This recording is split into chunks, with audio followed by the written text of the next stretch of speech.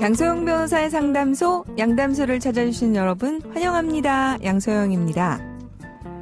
지칠 대로 지친 그녀는 이제 이혼을 하고 싶다고 말합니다. 결혼한 지 4년이 지났는데도 남편은 여전히 일을 하지 않고 술만 마신다는 건데요. 사실상 가정의 생계를 아내가 전담하는 상황이었습니다. 남편은 알코올 중독을 고치려고 정신병원을 다니기도 했지만 병원에서 나오기만 하면 다시 술을 찾았습니다. 남편의 알코올 중독 증세는 이혼 사유가 될까요? 법무법인 승인 양소영 변호사입니다. 저희가 이제 변호사를 하면서 특히 또 이혼 사건을 많이 한다고 하면 많이들 물어보세요. 어떤 것은 이혼 사유가 되느냐? 이렇게 질문을 많이 하시는데 참 이렇게 단답형으로 답변을 드리기 어려워요. 방금 말씀드린 것도 알코올 중독은 이혼 사유가 되느냐라고 바로 답변 드리기는 참 어렵습니다. 예를 들면 이런 거죠. 자, 알코올 중독 증세가 있는데 이 남편은 부인을 사랑해서 정말 열심히 알코올 중독을 고치려고 노력을 했고 그 과정에서 벌어지는 일들이 있었다면 그것만으로 이혼 사유라고 하기는 어렵겠죠. 그런데 또 알코올 중독이 있었는데 알코올 중독이 있었다는 사실을 숨기고 결혼하고 거기에 대해서 치료를 하지 않았다. 하면 또 이것이 이혼 사유가 될 수도 있겠죠. 사연 같은 경우에는 알코올 중독도 알코올 중독인데 술을 마시면서 일을 하지 않는다는 거. 그리고 또 중독 치료를 하겠다고 했지만 병원에서 나오기만 하면 또다시 노력을 하지 않고 술을 찾는다는 거. 이걸 종합해서 봤을 때 보면 과거의 유사한 사례에서 재판부가 알코올 중독인 남편이 가정생활과 경제활동을 소홀히 한 것에 대해서 부부로서 부양의 의무를 다하지 않았다. 그래서 이혼 사유로서 악의로 다른 일방을 유기한 경우로 볼 수 있다. 이렇게 본 사례가 있었습니다. 그래서 이혼 사유가 되느냐 안 되느냐 이거 판단하기가 참 어렵고요. 그리고 그래서 처음에는 이혼 사유가 된다고 생각이 됐는데 막상 소송에 들어가 보면 당사자가 정말로 노력을 하겠다 진지한 의사를 보여주고 실제로 재판 과정에서 그런 노력을 하면 가끔 이혼이 안 되는 사유로 판단이 되기도 하고 이혼 소치하를 해서 두 분이서 손잡고 돌아가시는 경우도 있습니다. 이런 경우가 많이 생겼으면 좋겠습니다. 양담소에서 함께 나눠볼 법률 궁금증이 있으시다면 YTN 라디오 양소영 변호사의 상담소 홈페이지에 남겨주시면 됩니다. 화나고 답답하고 억울한 당신의 법률 고민 함께 풀어볼게요. 이현지 변호사님과 함께 하겠습니다. 변호사님 안녕하세요. 안녕하세요. 네, 변호사님 요새 그 코로나 1단계 조치로 변경된 이후에 법정 네네. 분위기는 좀 어떻습니까? 사실 그 이전에 이제 코로나가 2단계 이렇게 그 단계가 심각했을 경우에는 사실 법원도 휴정을 했습니다. 그래서 2주 정도, 2번 정도 휴정을 하다 보니까 사건이 많이 밀리고 연기가 되고 특히나 경매건이나 시급하게 다투어야 되는 부분에 있어서 많이 답답해 하셨는데 그러다 보니까 이제 좀 그 밀렸던 사건들이 다시 다 이제 진행이 되다 보니까 상당히 좀 복잡하고 그 판사님들도 힘들어 하시고 복도에서 참 기다리시는 분들도 많고 참 네. 그런 부분을 보면서 코로나가 여러 분야에서 영향을 끼치고 있구나 그런 생각이 들었습니다. 변호사님 얼마 전에 그 코로나 사태 이후에 화상 재판을 진행해 보셨다면서요? 해본 소감은 어떠셨습니까? 네, 저도 처음 해봤는데요. 사실 이제 저희 나라가 IT 강국이다 보니까 네. 간단하게 프로그램 하나를 깔고 아이디 접속만 하면 판사님과 원고 피고 네. 이렇게 3자 간의 화상 재판을 할 수 있으니까 멀리서 못 오시는 당사자분께서도 충분히 참여가 가능하시고 코로나 상황 속에서도 충분히 진행이 가능해서 좋았습니다. 그럼 조만간 굉장히 활성화가 되겠네요. 네, 오늘 또 준비된 사연 들어보고 자세한 얘기 나눠보도록 하겠습니다. 저는 3년 동안 암투병 중인 엄마를 돌봤습니다. 병원에 입원해 계실 땐 간병을 했고 같이 지내면서 통원 치료도 챙겼습니다. 그렇게 엄마의 병이 깊어지고 입원하는 날도 길어졌습니다. 그러던 어느 날 엄마가 저희 3남매를 위해 유언장을 남기고 싶다고 하셨습니다. 당시 엄마가 입원 중이라 저는 엄마의 유언 내용을 들은 뒤 정리를 해서 병원 바로 옆 공증인 변호사 사무실에 전달을 했고 공증 변호사가 유언 공정증서를 작성했습니다. 이후 공증 변호사가 엄마가 입원 중인 병원으로 와서 공정증서 내용에 대해 엄마에게 유언의 취지에 맞는지 확인을 하고 엄마가 직접 공정증서에 서명을 하셨습니다. 유언에는 모든 재산을 제게 준다고 하셨습니다. 제 바로 아래 여동생은 이런 유언을 인정을 했고 유언 공정증서 작성 과정도 모두 지켜보았습니다.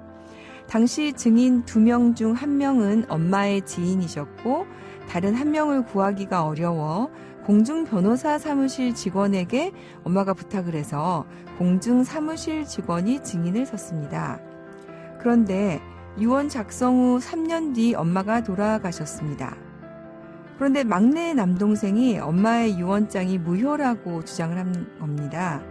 특히 유언 공정증서가 공증사무실에서 작성된 것으로 기재가 되어 있지만 실제로는 병원에서 작성이 되었다는 부분과 공증사무실 직원이 증인이 될 수 없다는 이유입니다.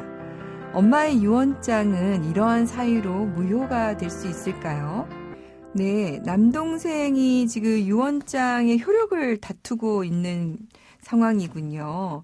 자, 변호사님, 먼저 공증 변호사가 어머니의 병실까지 와서 확인을 하고 작성한 이 유언장 법적 효력에 대해서 한번 설명 좀 해주시죠.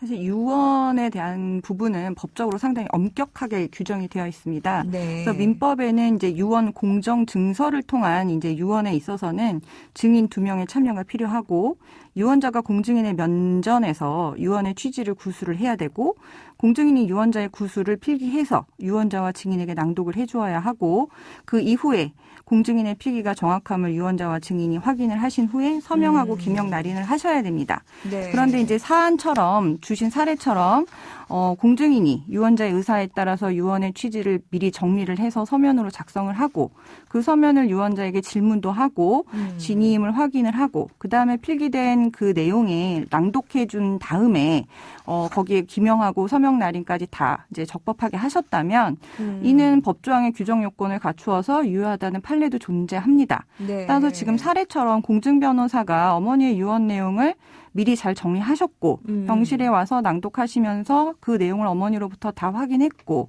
그렇다면 이는 판례상 적법 유효한 유언이라고 판단될 가능성도 높고 특히 또 병원 옆에 있는 공증 사무실을 이용하셨는데 이러한 경우에는 문제가 없다는 판례도 있습니다. 네. 실제로 그러니까 이제 남동생은 원래는 이제 엄마가 얘기를 먼저 하시고 변호사가 그거를 받아 쓰고 이렇게 이제 법에 되어 있는데 변호사님이 변호사 사무실에서 듣고 작성해서 왔으니 이게 순서가 바뀌었다고 다퉜지만 실제로 법의 취지나 판례 변호사님 말씀해 주신 걸 보면 유언자의 의사에 따라서 그렇게 변호사가 작성한 것이고 실제로 그 이후에도 그것이 확인된 것임이 분명하다면 그것이 실제 선우가 조금 바뀌었다고는 했지만 사실은 어머님이 얘기하신 얘기가 먼저 나간 것이 분명한 거니까요. 그렇죠. 그럴 경우에는 판례가 이런 경우에는 유효하다라고 한 게 있어서 이 사안도 유효하다고 볼 수 있을 것 같다고 말씀하신 거군요. 그럴 가능성이 상당히 높습니다. 그럼 두 번째 이 부분은 어떤가요? 그 공증사무실에 있는 직원은 증인을 설 수 없습니까? 사실 공증인법상 그 공증인의 친족이나 피고용인, 그러니까 사안에서 이제 문제시된 공증사무실 직원은 증인 결격자로 규정이 되어 있긴 합니다. 하지만 그 대법원 판례상 예외적으로 촉탁인, 즉 유언자가 공증사무소 직원을 증인으로 명시적으로 요청을 한 경우에는 그 유언 공정증서가 유효하다는 판례도 있습니다. 네. 하지만 이렇게 공증까지 받으시는 경우에는 불필요한 분쟁을 막으려고 하시는 것이니 부득이한 경우가 아니라면 공증사무소 직원은 피하시는 게 좋을 것 같습니다. 그리고 다른 증인을 섭외하시는 게 더 좋을 것 같습니다. 네. 사실 이제 저희가 유언도 작성도 많이 해보지만 일단은 증인이 필요하다는 부분을 모르는 분들이 많고요. 뭐 공정증서는 그냥 공증 사무실에서 알아서 해주니까 굳이 뭐 증인이 필요하냐라고 생각하시는 분들이 있는데 그렇지 않다는 부분. 그다음에 내가 만약에 한 사람밖에 없었을 때 그냥 공증 사무실에 아무나 해도 되는 것이 아니냐. 우리 혼인신고할 때도 그러지 않습니까? 네네네. 네, 그렇지만 자 공증인법에 이런 부분이 사무실 직원은 증인 결격자로 되어 있는 부분이 있어서 물론 유언자가 직접 부탁을 했다면 유효하다는 판례는 있지만 그럼 결국에는 소송 가가지고 유언자가 직접 부탁을 했는지 안 했는지 가지고 재판을 해야 된다는 네, 또 거니까. 입증도 하셔야 되고 네. 다툼의 여지가 있으니. 네네. 앞으로 공중유언을 준비하실 분들은 이 점을 유의하셔야 되겠네요. 네네. 자, 이와 상관없는 증인 2명을 어쨌든 섭외를 하셔서 네네. 유언을 하시도록 하는 것이 필요하겠다 이런 말씀인데요. 자, 그러면은 자, 이때 둘째 여동생이 같이 있었는데 이 여동생은 증인이 될 수는 없었던 겁니까? 사실 민법이 아까도 말씀드렸지만 유언은 상당히 엄격하게 법적 요건을 규정하고 있습니다. 네. 그래서 유언 시의 증인 결격 사유에 대해서도 규정을 하고 있는데 유언에 따라서 이익을 받을 자는 증인이 될 수가 없습니다. 그러면 네. 지금 이 사안에서 둘째 따님이 유언에 따라서 재산을 받지 않게 되고 그 둘째 따님도 거기에 대해서 이의가 없다고 하셔도 네. 섣불리 유언에 따라서 이익을 받지 않을 자로 규정을 하시고 네. 증인을 서시면 이 또한 좀 문제가 될 수 있습니다. 사실 나를 위한 유언에 내가 증인이 된다는 게 돼버리니까. 예, 그렇죠. 이제 네. 법적으로 상속인이 되실 수 있는 분이 네. 증인으로 함부로 이제 참여를 하시는 것은 정말 적절하지 않을 수가 있고 여기에 대해서는 아직 명확한 판결조차도 없기 때문에 이런 증인이 필요한 경우에는 법률 조언가의 조언을 받으셔서 어떤 증인을 이제 증인으로 섭외하시는 게 좋을지 꼭 조언을 받으셨으면 좋겠습니다. 네. 사실 이제 유언과 관련해서 법이 엄격히 되어 있고 이게 이제 다툼이 있는 경우에 유언과 관련해서는 특별히 더 엄격하게 판례가 나올 수도 있기 때문에 가능하면은 그거는 피해서 갈 수 있으시다면 미리 준비를 하실 수 있으시다면 그렇게 하는 게 좋을 것 같습니다. 네. 오늘 조금 어려운 부분이기는 하지만 요새 유언에 관심이 있는 분들도 많고 특히 유언 중에서 공증 유언에 관심 있는 분들이 많아서 많은 분들이 좀 도움이 되실 수 있으실 것 같아요. 이현지 변호사님 오늘 감사드립니다. 네, 감사합니다.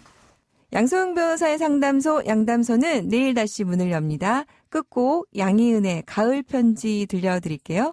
지금까지 양소영이었습니다.